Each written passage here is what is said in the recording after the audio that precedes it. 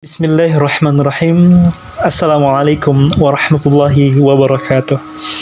Alhamdulillahirabbil alamin, atas segala kenikmatan iman dan Islam yang senantiasa Allah limpahkan kepada kita semua.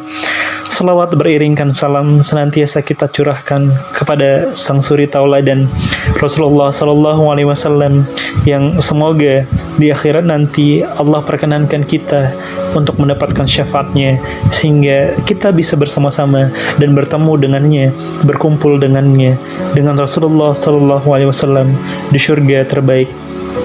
Amin ya rabbal alamin. Ikhwafillah, sobat An-Nasr sekalian yang kami cintai karena Allah Subhanahu wa taala. Momentum kali ini adalah episode ketiga dari kisah Sa'ad bin Abi Waqqas dalam serial 9 jenderal terbaik dan terhebat sepanjang sejarah peradaban Islam. Yang mana satu pekan yang lalu kita telah membahas mengenai kisah kedua dari Sa'ad bin Abi Waqqas, dan di episode ketiga ini kita akan membahas Sa'ad bin Abi Waqqas sebagai panglima perang. Sa'ad bin Abi Waqqas adalah salah satu sahabat Rasulullah SAW yang sangat lihai dan cerdik dalam medan peperangan. Beliau masih sering berada di medan laga pasca wafatnya Rasulullah SAW. Pada masa kekhalifahan Umar bin Khattab, Sa'ad bin Abi Waqqas ditunjuk menjadi panglima perang yang memimpin 36.000 prajurit untuk menaklukkan Persia. Wahai Sa'ad, setiap manusia sama di sisi Allah, baik dia bangsawan maupun rakyat jelata. Allah adalah Tuhan mereka, dan mereka semua adalah hambanya. Mereka mendapat kemuliaan karena ketakwaan dan mendapat karunia karena ketaatan. Perhatikanlah cara Rasulullah yang engkau telah mengetahuinya, maka tetaplah ikut dengan cara yang telah beliau ajarkan kepadamu. Ucap Umar saat melepas keberangkatan pasukan Islam pada saat itu. Di bawah komando Sa'ad bin Abi Waqqas, pasukan Islam berhasil mengalahkan pasukan Persia dalam pertempuran di Qadisiyah. Panglima Rustum yang selama ini sangat disegani tewas, dan pasukannya yang berjumlah 120.000 orang kalah dalam medan peperangan. Setelah itu, pasukan Sa'ad bin Abi Waqqas dapat merebut Madain, ibu kota Persia. Dengan kekalahan itu, berakhirlah kekuasaan Imperium Persia dan rakyatnya dibebaskan oleh Islam dari penindasan dan kezaliman. Nama Sa'ad bin Abi Waqqas dicatat dengan tinta emas sebagai panglima pembebas Persia. Ikhwafillah, sobat An-Nasr sekalian yang kami cintai Allah Subhanahu wa taala. Sa'ad bin Abi Waqqas termasuk salah satu sahabat yang memiliki umur yang panjang. Ia wafat pada usia 83 tahun. Ia hidup pada masa Rasulullah SAW, pada masa Khalifah Abu Bakar As-Siddiq, pada masa Khalifah Umar bin Khattab, dan pada masa Khalifah Utsman bin Affan. Sementara pada masa kekhalifahan Utsman bin Affan, Sa'ad bin Abi Waqqas ditugaskan untuk memimpin delegasi menuju ke Cina.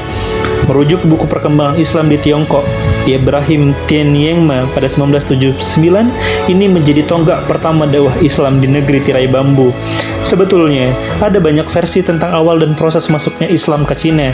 Ada yang menyebut Islam masuk ke Cina dibawa oleh sahabat Rasulullah SAW yang menetap di Abyssinia atau Ethiopia setelah hijrah yang pertama. Mereka menetap di sana dan tidak kembali lagi ke Makkah setelah peristiwa hijrah itu.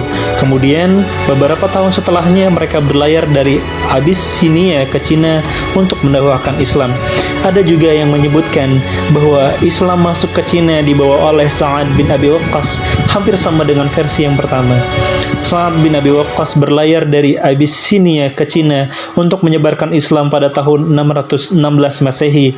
Setelah beberapa saat berada di Cina, Sa'ad balik ke Arab. Lalu sekitar 20 tahun setelahnya, Sa'ad kembali lagi ke Cina untuk meneruskan dakwahnya. Dari semua versi yang ada, Ibrahim Tianyengma menyebutkan bahwa yang paling valid adalah versi yang pertama, di mana Sa'ad dikirim Khalifah Utsman bin Affan untuk memimpin delegasi ke Cina untuk mendakwahkan Islam pada tahun 615 ataupun 616 Masehi, atau sekitar 20 tahun setelah wafatnya Rasulullah SAW. Dalam buku History of China disebutkan rombongan muslim itu diterima dengan baik oleh Kaisar Yonghui dari dinasti Tang. Kaisar Cina juga menunjukkan toleransinya. Dia memperbolehkan delegasi umat Islam tersebut tidak melakukan tradisi penyembahan di hadapan kaisar.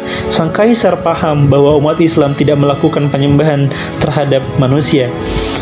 Sobat An-Nasr, ikhwafillah yang kami cintakan Allah Subhanahu wa taala. Melanjutkan, tidak hanya itu, sang kaisar Cina juga mengizinkan delegasi yang dipimpin oleh Sa'ad bin Abi Waqqas itu untuk mendirikan tempat ibadah ataupun masjid. Maka dibangunlah sebuah masjid agung pada 742 Masehi. Masjid itu bernama Masjid Huai Sheng atau dikenal dengan Masjid Sa'ad bin Abi Waqqas di provinsi Guangzhou. Masjid yang dibangun di atas lahan seluas 5 hektar itu menjadi salah satu masjid tertua di Cina. Kisah lainnya menyebutkan bahwa pada masa Khalifah Utsman bin Affan, dunia Islam dilanda badai fitnah dan telah membawa korban dengan syahidnya Utsman sendiri. Disusul ketika Khalifah keempat, Ali bin Abi Thalib, badai fitnah juga belum reda. Banyak orang yang ambisius tampil ke gelanggang untuk merebut kedudukan Khalifah. Ikhwafillah, Sobat An-Nasr sekalian yang kami cintai karena Allah Subhanahu wa taala. Sa'ad bin Abi Waqqas sebagai sahabat yang waktu itu masih hidup pun tidak urung ditampilkan orang untuk merebut kedudukan Khalifah Ali bin Abi Thalib. Bahkan Hashim bin Utbah, keponakannya sendiri, mengusulkan agar Sa'ad tampil dan merebut kekuasaan Khalifah Ali. Dengan sombongnya, Hashim berkata kepadanya, "Paman, di sini telah siap 100.000 pedang yang menganggap paman adalah orang yang lebih berhak duduk dalam kursi khalifah. Bangkitlah wahai paman dan rebutlah kursi kepemimpinan khalifah itu." Sa'ad terperanjat dan dengan tegas berkata kepada Hashim, "Dari 100.000 pedang yang akan kau berikan kepadaku, aku hanya ingin 1 buah pedang saja. Dan 1 buah pedang itu pun bila kutebaskan kepada sesama mukmin tidak akan mempan sedikit juga. Tetapi sebaliknya, bila kutebaskan ke leher orang musyrik, pasti putuslah batang lehernya." Mendengar jawaban sang paman, Hashim mundur. Ia memahami bahwa pamannya bukanlah orang yang gila pangkat ataupun jabatan, apalagi untuk merebut kedudukan Khalifah Ali bin Abi Thalib. Pantang bagi diri Sa'ad bin Abi Waqqas. Sa'ad memang orang yang sederhana, meski kekayaannya melimpah dan banyak jabatan disodorkan kepadanya. Dalam usia yang makin menua, hanya satu keinginannya, yaitu bisa menghadap Allah Subhanahu wa taala dengan tenang, membawa kedamaian, keberkahan dalam membela agama Islam. Sa'ad bin Abi Waqqas wafat di Madinah dan kemudian Masya Allah Tabarakallah, beliau dimakamkan di pemakaman Baqi, makamnya para syuhada.